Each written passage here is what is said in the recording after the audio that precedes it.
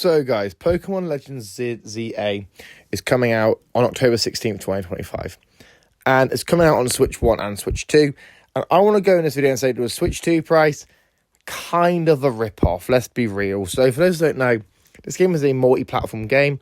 It'll be on, obviously, the Switch 1 and Switch 2. However, to buy it on the Switch 2, you have to pay, obviously, a higher price.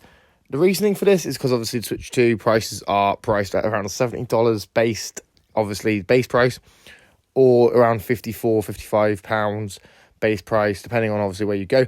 I mean, I'm going to show you the some screenshots on here, on the screen, obviously, of the prices, what Google says the price is going to cost in US dollars, and then what it says as what Amazon says in British pounds, and you will see there's quite a big difference. You know, the British pounds, for example, it is £12 more expensive to buy the Switch 2 version of the game, and with the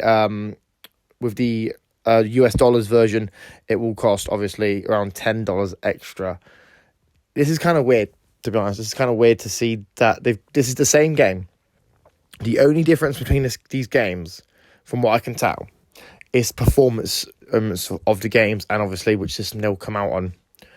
And essentially, if you want to play Pokémon Legends Z-A on Switch 2, like for me, I sold my Switch Lite, so I haven't got a Switch 1 anymore. You know, you have to have the either the upgrade pack with a Switch 1 version of the game, or you've got to have a Switch 2 version of the game. So either way, you've got to pay out more money, and it's just kind of iffy, isn't it, really? Like, let's be real. You know, some people don't have $70 to buy the game. Sure, you might have just bought the Switch 2 and, you know, you're eating ice soup at the minute.